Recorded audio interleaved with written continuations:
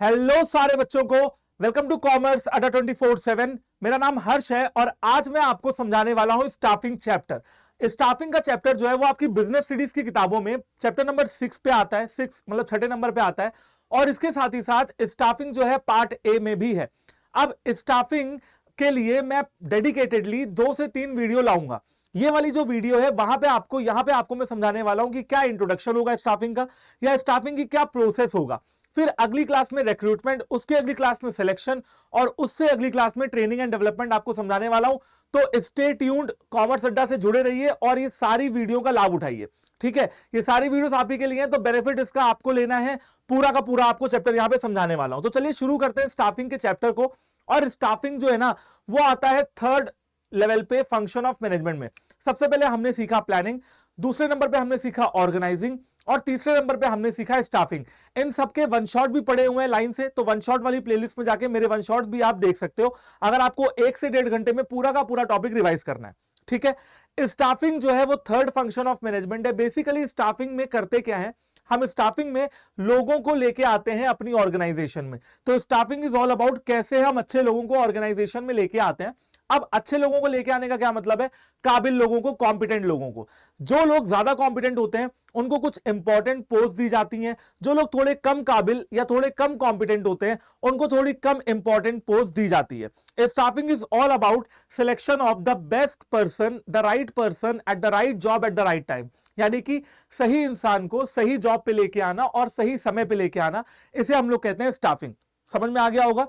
Staffing, staffing में ING हटा दो, बचता क्या है, स्टाफ। ठीक है, स्टाफ क्या होता है, जो एम्प्लॉइज, जो वर्कर्स, जो लेबरर्स हमारे यहां काम करते हैं हमारी फैक्ट्रीज में या हमारे ऑफिस में, उनको हम लोग बोलते हैं स्टाफ। बेसिकली मैं जैसा कि मैंने आपको बताया कि staffing is all about human beings. यहां पे आप लोगों को लेके आते हो, काबिल लोग होने चाहिए, अपनी जॉब के लिए स्किल्ड लोग होने चाहिए। जैसे अगर पढ़ाने की जॉब है तो पढ़ाना आना चाहिए, अपनी बात को समझाना आना चाहिए, कंटेंट अच्छा बनाना आना चाहिए, ये सारे स्किल देखे जाएंगे। स्टाफिंग में आप इंपॉर्टेंट पोस्ट पे इंपॉर्टेंट लोगों को रखते हो, थोड़ी कम इंपॉर्टेंट पोस्ट पे थोड़े कम कॉम्पिटेंट या काबिल लोगों को रखते हो। बेसिकली इतना सही है। और अगर एक लाइन में समझाऊं, जैसा कि मैंने आपको बताया कि selection of the right person at the right job at the right time, यानी कि सही इंसान को बेस्ट जॉब देना बेस्ट टाइम पे। 2 बार रिपीट कर दिया ताकि आपको यहीं पे इसी क्लास में याद हो जाए, घर पे सिर्फ रिवीजन करने की जरूरत पड़े। एक बार एनसीईआरटी रीड आउट कर लेना तो चैप्टर बिल्कुल लोहा हो जाएगा, बिल्कुल मजबूत हो जाएगा। ठीक है ना। चलो, staffing means appointing competent person. जो भी मैंने बोला है वो यहां पे मैं मार्क कर दे रहा हूं कि क्या क्या बोला है मैंने। स्टाफिंग का मतलब होता है अपॉइंट करना है आपको कॉम्पिटेंट लोगों को। कॉम्पिटेंट मतलब होता है काबिल या स्किल्ड, अपनी जॉब उनको आनी चाहिए।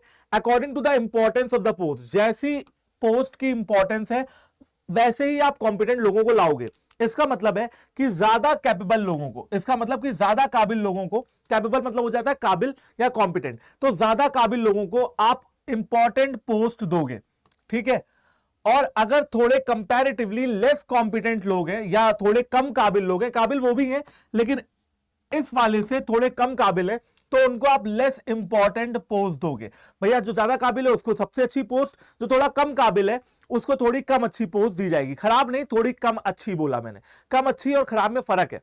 ठीक है, चलो बेसिकली आप यहां पे देख रहे हो मेरे पीछे ये फोटो में भी यही समझाने की कोशिश की है कि भाई बहुत सारे लोग हैं नौकरी करने के लिए, आपको बेस्ट इंसान को उठाना है जो आपके लिए बिल्कुल स्किल्ड हो, जो आपकी जॉब से मैच करता हुआ इंसान हो, जो आप जॉब ऑफर कर रहे हो वही जॉब उसको लेनी हो, वो अपना टाइम दे पाए आपकी ऑर्गेनाइजेशन में और अच्छे तरीके से मेहनत से काम कर पाए, वर्क हार्ड भी करे और स्मार्ट वर्क भी करे।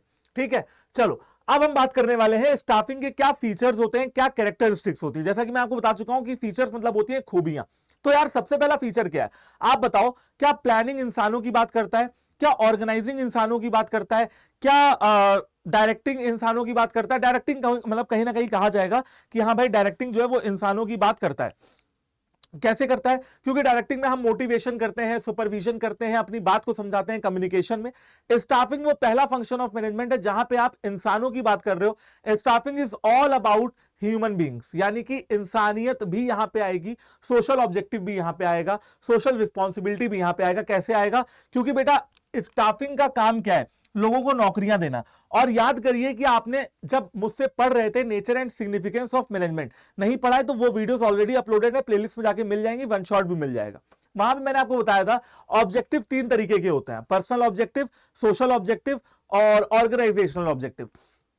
ऑर्गेनाइजेशनल ऑब्जेक्टिव में हमने और 3 ऑब्जेक्टिव बताए थे, सर्वाइवल, प्रॉफिट और ग्रोथ। अब बात करते हैं, हम लोग इसमें याद करिए बताया था ना सोशल ऑब्जेक्टिव। सोशल ऑब्जेक्टिव में मैंने आपको बताया था कि भैया एक बिजनेस का कुछ धर्म होता है, सोसाइटी को सर्व करना, यानी कि सोशल वेलफेयर करना। जैसे मैंने आपको कुछ बताए थे, सबसे पहला रिवाइज करवा दे रहा हूं। सबसे पहला आता है कि भैया सबको एम्प्लॉयमेंट अपॉर्चुनिटीज देना, अपने कस्टमर्स को गुड क्वालिटी का प्रोडक्ट ऑफर करना, फेयर प्राइस पे ऑफर करना, कोई भी मैल प्रैक्टिस या कोई भी एडवर्टीजमेंट गलत ना छाप देना। इसके अलावा मैंने आपको बताया था कि पॉल्यूशन ना करना, किसी से फ्रॉड ना करना, ठीक है, कंट्री के सारे लॉस को अबाइड करना, यानी कि सारे लॉस का पालन करना, सारे कानूनों का पालन करना। ये होते हैं किसी भी कंपनी के सोशल ऑब्जेक्टिव जो हर कंपनी को फॉलो करने होते हैं, ठीक है। अब स्टाफिंग में ह्यूमन बींग्स तो हैं, इसके अलावा स्टाफिंग में सोशल रिस्पॉन्सिबिलिटी भी है, क्योंकि यहां पे हम इंसानों को सर्व करने की बात कहते हैं। भाई आप ज्यादा से ज्यादा इंप्लॉयमेंट अपॉर्चुनिटीज क्रिएट कर पाओ। एक बार इंप्लॉयमेंट में बंदा आ जाए, एक बार आप के यहां वो नौकरी करने लगे ना, तो नौकरी करके ही बात खत्म नहीं होती है। आपको उसको बेटर वर्किंग एनवायरनमेंट देना पड़ेगा, आपको उसको क्या कहते हैं, सैनिटेशन की फैसिलिटीज देनी पड़ेगी, मतलब वॉशरूम वगैरह आपको साफ सफाई रखनी पड़ेगी, वेंटिलेशन यानी कि हवा पानी बहुत मतलब प्रॉपर तरीके से आता रहे। तो सोशल रिस्पॉन्सिबिलिटी क्यों है? सबसे पहला क्योंकि यहां पे हम देते हैं लोगों को एम्प्लॉयमेंट अपॉर्चुनिटीज, हम लोग एम्प्लॉयमेंट जनरेट करते हैं, तो सबसे पहले तो ये है सोशल रिस्पॉन्सिबिलिटी। दूसरा क्यों है? क्योंकि हमको उनको वेंटिलेशन यानी कि प्रॉपर हवा पानी आता रहे, प्रॉपर सैनिटेशन यानी कि साफ सफाई प्रॉपर तरीके से हो, वॉशरूम वगैरह प्रॉपर तरीके से हो आपकी ऑफिस में। इसके अलावा वर्किंग कंडीशंस अच्छी होनी चाहिए,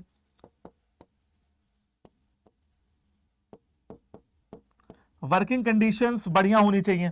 और इसके अलावा भाई उनको रेम्यूनरेशन फेयर होना चाहिए, जो उनको आप पैसा दे रहे हो वो फेयर वेज हो, जो भी वो काम कर रहे हैं उसके अकॉर्डिंग उनको पैसा देना है, यानी कि बिल्कुल भी उनसे धोखाधड़ी वगैरह नहीं करनी है। तो ये सारी चीजें आपको देनी पड़ेंगी। पानी वानी की प्रॉपर फैसिलिटी हो, वाटर फैसिलिटी।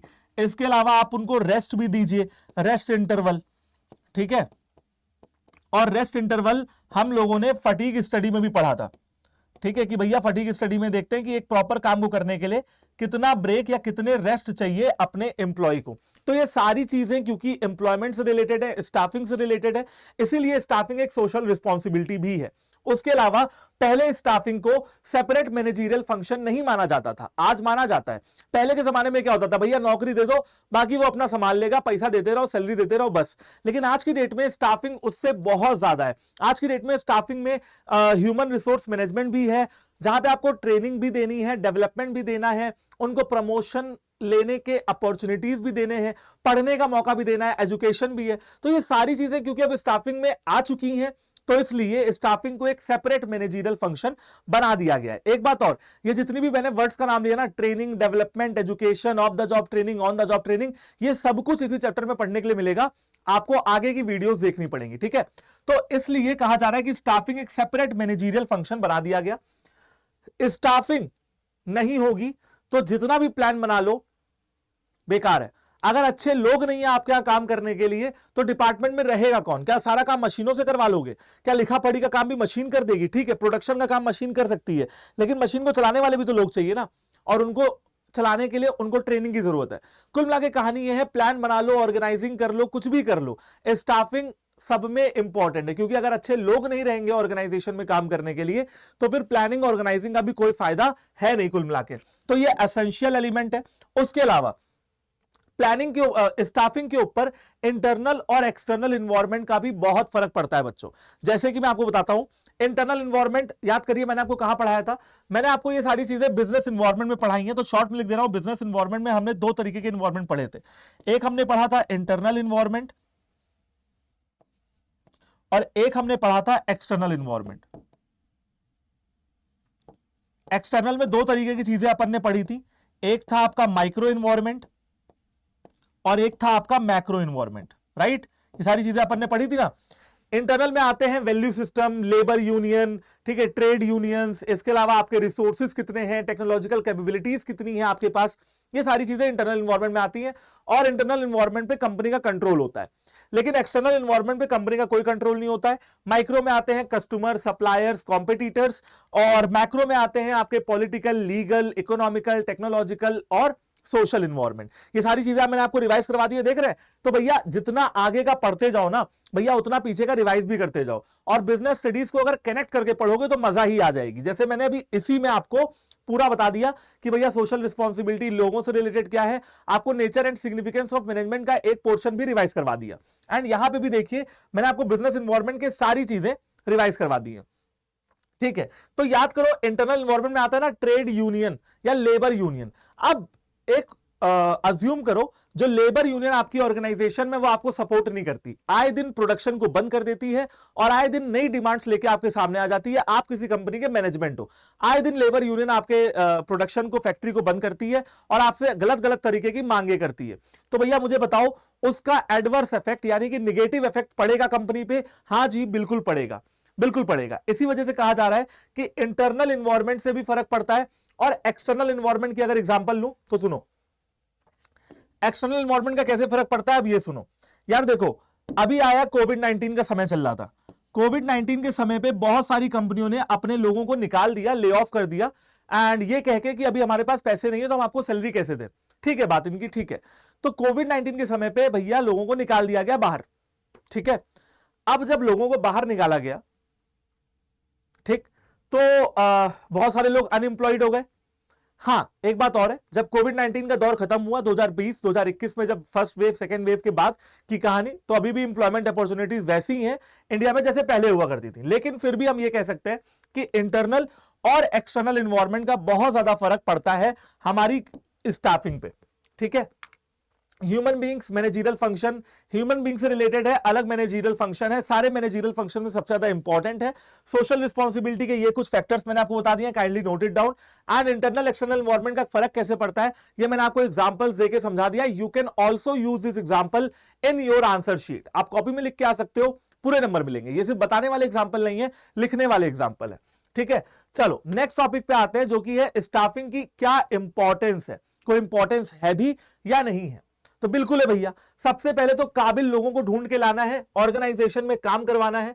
तो डिस्कवर करने में और कॉम्पिटेंट लोगों को हायर करने में स्टाफिंग का बहुत काम आता है। अब देखो यार, दो वर्ड निकल के आते हैं।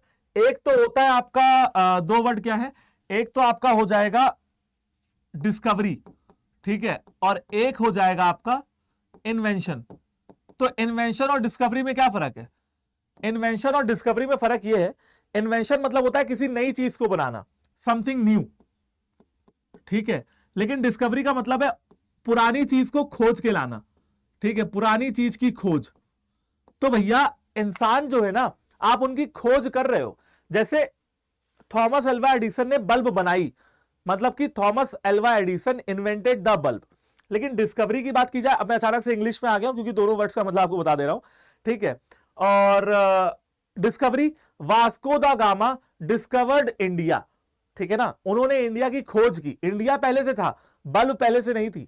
तो थॉमस एल्वा एडिसन ने इन्वेंट किया बल्ब को, इंडिया को वास्को दा गामा ने खोजा। इंडिया बनाया नहीं, इंडिया को इन्वेंट नहीं किया, इंडिया को डिस्कवर किया। अब यहां पे आपको लोग हैं और ऑलरेडी लोग हैं जो काम कर रहे हैं, आपको उनको ढूंढना है और काबिल लोगों को अपनी ऑर्गेनाइजेशन में लेके आना है। इसके अलावा अगर स्टाफिंग रहेगी तो आपकी कंपनी बेटर परफॉर्म कर पाएगी अपने कॉम्पिटिटर से। और जो आपस में लोग हैं ना, अगर आप उनको ट्रेनिंग और डेवलपमेंट दोगे तो वो भी बहुत ही प्रॉपर तरीके से काम कर पाएंगे।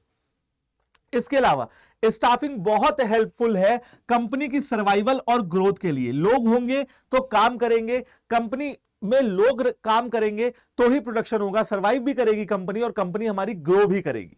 Okay, optimum utilisation of the human resource. जो लोग आपके यहां काम कर रहे हैं ना, जो लोग आपके यहां काम कर रहे हैं, आपको उनसे काम निकलवाना है। देखो, किसी को भी मौज की सैलरी लेने से कोई आपत्ति नहीं है। हर इंसान चाहता है कि सैलरी मिलती रहे, काम कुछ ना करना पड़े, ठीक है भैया? उस केस में आपके लिए यह चैलेंज है कि आप लोगों से काम निकलवाएं। यानी कि जो भी ह्यूमन रिसोर्स आपके यहाँ है, आप उनको बिजी रखें, आप उनसे काम निकलवाते रहे। ऑप्टिमम यूटिलाइजेशन करना बहुत जरूरी है।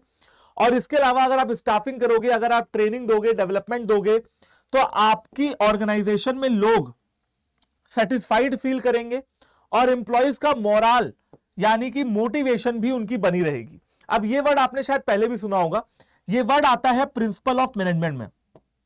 कहां पे आता है? प्रिंसिपल ऑफ मैनेजमेंट का एक प्रिंसिपल है जो जॉब सेटिस्फैक्शन की बात करता है।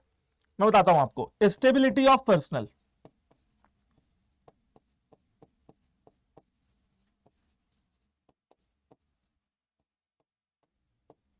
स्टेबिलिटी ऑफ पर्सनल में कहा जाता है कि लेबर टर्नओवर को कम करो, ठीक है, लेबर टर्नओवर रेट कम होना चाहिए। लेबर टर्नओवर रेट वो रेट होता है, लेबर टर्नओवर रेट वो रेट होता है जिससे ये पता लगता है कि एक साल भर में आपके कितने एम्प्लॉयज छोड़ के गए हैं। तो लेबर टर्नओवर रेट हमेशा कम होना चाहिए, कम होगा तो अच्छी बात है। आप प्रिंसिपल ऑफ मैनेजमेंट का प्रिंसिपल कहता है कि लोगों को जॉब सेटिस्फैक्शन दो, लोगों को जॉब सिक्योरिटी दो ताकि वो लोग कम छोड़ के जाएं और लोग आपके यहां पुराने बने रहें, और उनको ट्रेनिंग डेवलपमेंट भी दो। स्टाफिंग ये कहता है। चलो बात करते हैं ह्यूमन रिसोर्स मैनेजमेंट की। अब ये जो टॉपिक है बड़ा ट्रेंडिंग टॉपिक है आज की डेट में। आप एक वेबसाइट या एक ऐप इंस्टॉल करना मैं आपको बताता हूं जिसका नाम है लिंक्डइन, ठीक है। अभी तो आप पढ़ रहे हो, तो आप लिंक्डइन का बहुत ज्यादा यूज नहीं कर पाओगे। शुरू में आपको लिंक्डइन बहुत ज्यादा बकवास ऐप लगेगी, क्योंकि जैसे फेसबुक में लोगों को जोड़ते हैं ना, इंस्टाग्राम पे लोगों को फॉलो करते हैं, फेसबुक पे फ्रेंड रिक्वेस्ट भेजते हैं, वैसे लिंक्डइन में आपको कनेक्ट करना होता है अलग अलग लोगों से। तो आप अभी भी कर सकते हो लिंक्डइन इंस्टॉल, लिंक्डइन पे जाना और किसी भी कंपनी का, क्योंकि आपको इन फ्यूचर जब आप बीकॉम करोगे या एमबीए करोगे, एमकॉम करोगे, वहां पे आपको समर इंटर्नशिप्स करनी पड़ेंगी। जैसे बीकॉम ऑनर्स थर्ड ईयर में समर इंटर्नशिप होती है, तो आपको इंटर्नशाला वगैरह जैसी कंपनी से जुड़ना पड़ेगा जहां पे आपको इंटर्नशिप वो करवाएंगे। उसके लिए आप एक चीज टाइप कर सकते हो, जैसे मान लो इंटर्नशाला कंपनी के आप एचआर को ढूंढना चाहते हो, तो आप टाइप कर सकते हो इंटर्नशाला एचआर, और आप अभी से ही उन लोगों से कनेक्ट कर सकते हो, बातचीत शुरू कर सकते हो, उनके पोस्ट को पढ़ सकते हो। तो एचआर, अब ये एचआर वाली जॉब आजकल बहुत चल गई है। एचआर मतलब होता है ह्यूमन रिसोर्स, ठीक है, और एचआरएम मतलब होता है ह्यूमन रिसोर्स मैनेजमेंट। आपको लोगों को मैनेज करना है यहां पे। अब अगर बात करें कि सर स्टाफिंग और ह्यूमन रिसोर्स मैनेजमेंट में फर्क क्या है, तो एक डायग्राम बनाता हूं, उससे सारा फर्क समझ में आ जाएगा। देखो, अगर ये एचआरएम है, ठीक है, तो स्टाफिंग ये है। स्टाफिंग ह्यूमन रिसोर्स मैनेजमेंट का एक छोटा सा पार्ट है जिसमें आपको कॉम्पिटेंट लोगों को ढूंढ के लाना है।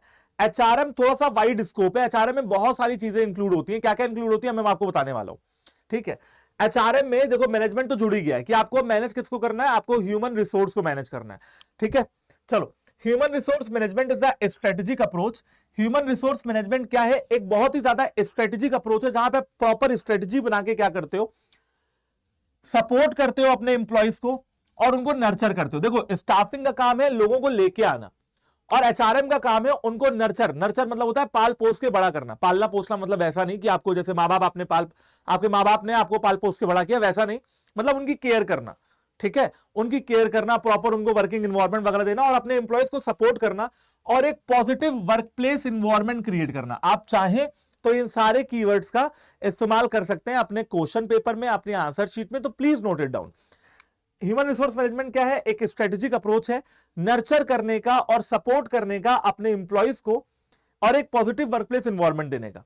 अब ह्यूमन रिसोर्स मैनेजमेंट अलग अलग बिजनेसेस में, अलग अलग इंडस्ट्रीज में अलग अलग तरीके के हो सकते हैं, लेकिन ह्यूमन रिसोर्स मैनेजमेंट में वो सारी चीजें आती है जो स्टाफिंग में आती हैं, और बहुत सारी चीजें आती हैं जैसे उन एम्प्लॉयज को हमेशा सपोर्ट करना, हमेशा इनिशिएटिव लेने के लिए कहना, हमेशा आगे बढ़ने के लिए मोटिवेट करना। तो recruitment, compensation, training, development, employee relation, ये सारे पार्ट्स ह्यूमन रिसोर्स के हैं।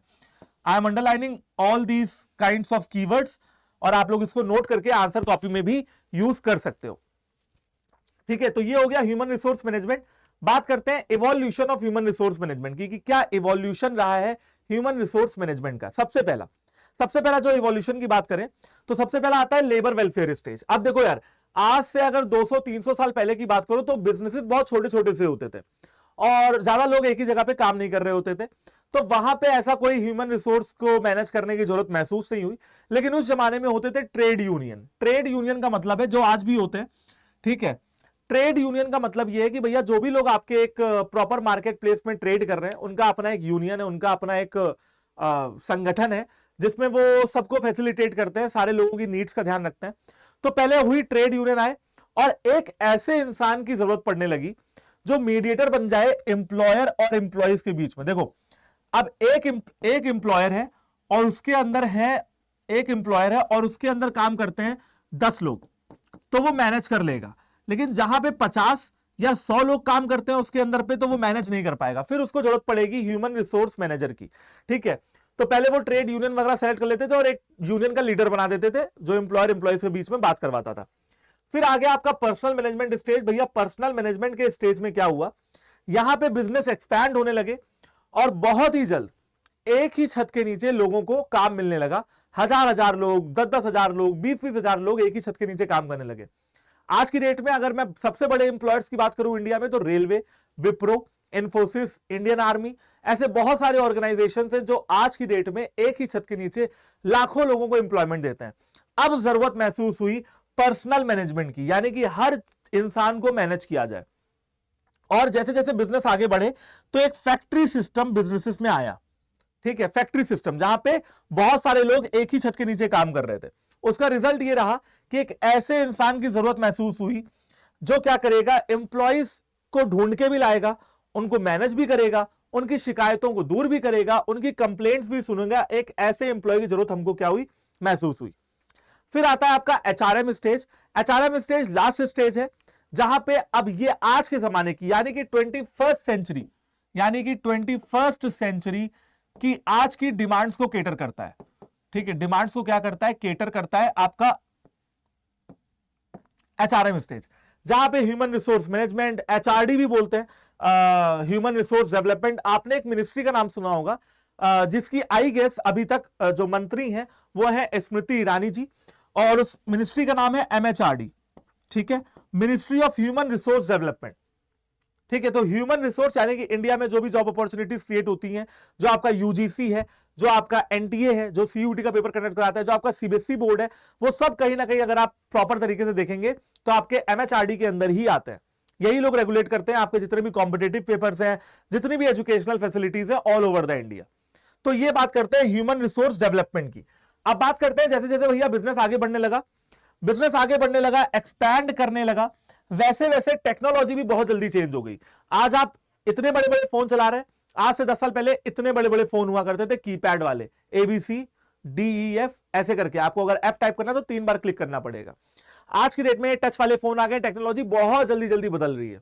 ठीक है, अब बदलती हुई टेक्नोलॉजी के साथ जो ओल्ड इंप्लॉइज हैं, क्या उनको पकड़ने में टाइम नहीं लगेगा? बिल्कुल टाइम लगेगा। वो नई अपॉर्चुनिटीज, नई टेक्नोलॉजी को सीखने में टाइम लगाएंगे। अब जरूरत महसूस होती है ट्रेनिंग और डेवलपमेंट की। ठीक है, तो क्योंकि टेक्नोलॉजी बहुत ही तेज रफ्तार से बदल रही है, तो ट्रेनिंग और डेवलपमेंट देने की बहुत रिक्वायरमेंट महसूस हुई और ह्यूमन रिसोर्स को बहुत ही इंपॉर्टेंट पार्ट कंसीडर किया जाने लगा किसी भी ऑर्गेनाइजेशन का, क्योंकि यही तो बताएंगे ना, ह्यूमन रिसोर्स मैनेजर ही बताएगा कितने लोगों को ट्रेनिंग देनी है, यानी कि मैन पावर कितने लोग हैं। मान लो 100 लोग हैं, 50 को आता है मशीन चलाना, 50 को नहीं आता है। अब यह पता लग गया कि भैया 50 लोगों को देनी है ट्रेनिंग, कौन सा एक्सपर्ट आएगा, कौन सा इंडस्ट्री एक्सपर्ट आएगा, प्रोफेशनल आएगा जो उनको ट्रेनिंग देगा, कितने डेज की ट्रेनिंग चलेगी। ठीक है, और ट्रेनिंग का वेन्यू क्या होगा, ट्रेनिंग ऑफ द जॉब यानी कि जॉब से हटके होगी या on the job training job के साथ साथ दी जाएगी। इन सारे सवालों का जवाब आपको मिल जाता है एचआरएम की स्टेज पे। ठीक है, यहां पे बेसिकली एक कंपनी है जिसके 1600-1800 एम्प्लॉइज हैं, तो आप लगा लो कि कम से कम 15-20 एचआर तो होंगे ही जो उस पूरी कंपनी के एम्प्लॉइज को मैनेज कर रहे होंगे।